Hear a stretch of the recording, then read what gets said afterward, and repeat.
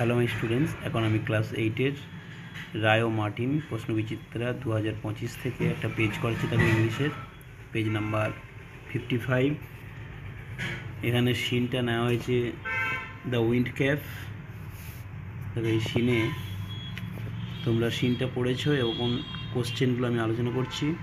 বলছি যে প্রথম কোশ্চেনটা পড়েছি, দেখো, John put the fairy man on his head. উত্তর হবে to save the fairy man, ডেটটা। নেক্সট বলেছে John when John saw the ship it was anchored near the sea beach. ঠিক আছে, তারপর চলে যাচ্ছি, দেখো, বলছে why did not John listen to the question of his mother. মানে জন কেন তার মায়ের সতর্কতা শোনেনি।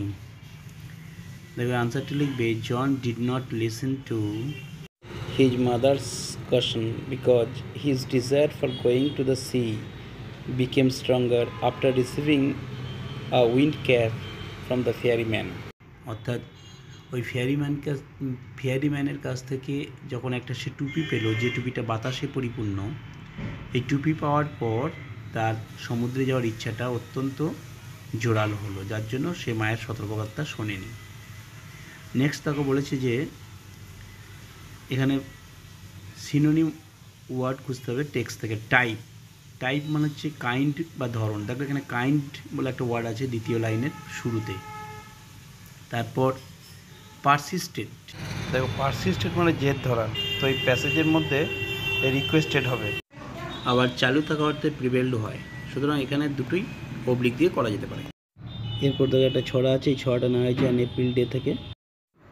এই ছড়ার প্রথম কোশ্চেনটা বলেছে, দেখো, where does the first flower of the plane bloom. তাহলে আমরা দেখতে পাচ্ছি যে কবি বলছেন একটা লাইনে, দেখো 3 নম্বর, it is sweet to visit the still wood where spring the first flower of the plain. তার মানে আনসারটা হবে তাহলে the first flower of the plain blooms in the still wood. ঠিক আছে, নেক্সট বলেছে, দেখো, why do you think the poet loves season well. তো এখানে বলেছে, দেখো, যে I love the season well when the forest glades are teeming with bright forms. তারপর বলেছে not dark and many folded clouds foretell the coming on of storms.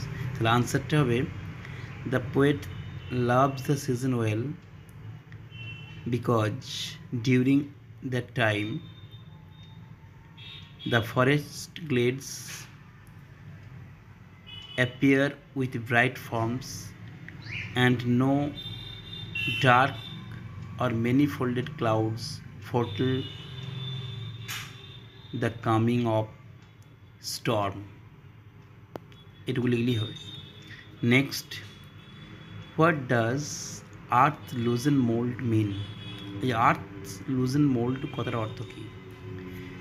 So here the expression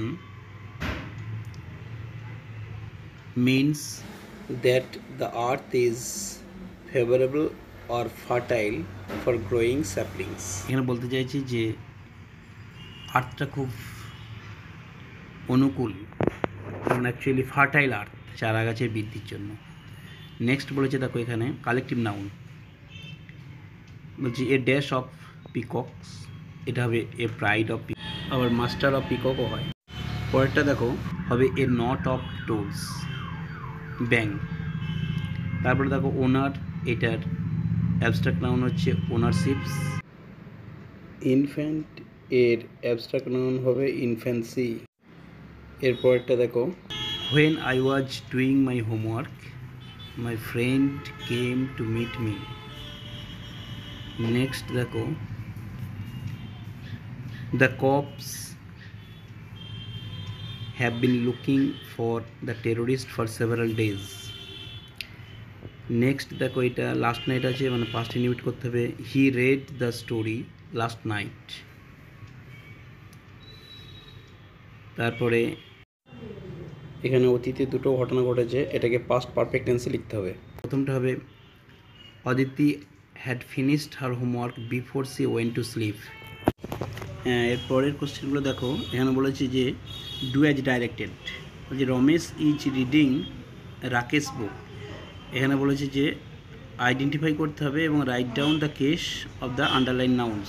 তাহলে প্রথমকার রমেশ হচ্ছে কর্তা, রমেশ ইজ রিডিং, রমেশ পড়ছে, কী পড়ছে না রাকেশের বই পড়ছে। তাহলে কার বই? রাকেশের বই। আর রাকেশটা হচ্ছে তাহলে পজিটিভ কেস, আর রমেশ হচ্ছে নমিনেটিভ কেস। ঠিক আছে। আচ্ছা, নেক্সট চলে যাচ্ছি। দেখো, ইট উইল বি রেনিং সুন। এখানে অ্যাডভার্বিয়াল অ্যাকুজেটিভ হচ্ছে, সুনটা হচ্ছে অ্যাডভার্বিয়াল, মানে খুব শীঘ্রই বৃষ্টি হতে থাকবে। It will be raining soon, soon হচ্ছে এখানে আনসার। আচ্ছা, নেক্সট দেখো, বলছি closer to man will cling the sparrow. এটা সাবজেক্ট এবং প্রেডিকেটটাকে আইডেন্টিফাই করতে হবে।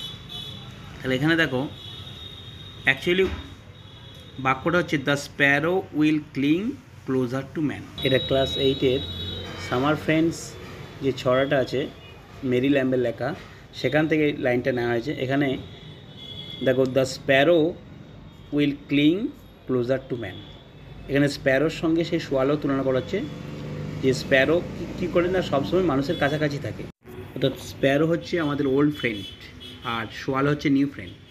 সোয়ালো কী করে না সে তার নিজের সুবিধা মতো সে আবার অন্যত্র চলে যায়। তাহলে এখানে সাবজেক্ট হবে দ্য স্প্যারো, আর প্রেডিকেটিভ অংশটা হচ্ছে will cling closer to man. ঠিক আছে। তারপরে দেখো বলেছে try to use every opportunity in life. অর্থাৎ জীবনের প্রত্যেকটা সুযোগ সদ্ব্যবহার করতে চেষ্টা করো। তার মানে এটা ফাংশনটা কী করছে না গিভিং অ্যাডভাইস, এটাই অ্যান্সার। তারপরে দেখো এখানে বলেছে যে কারেক্ট প্রোনাউন।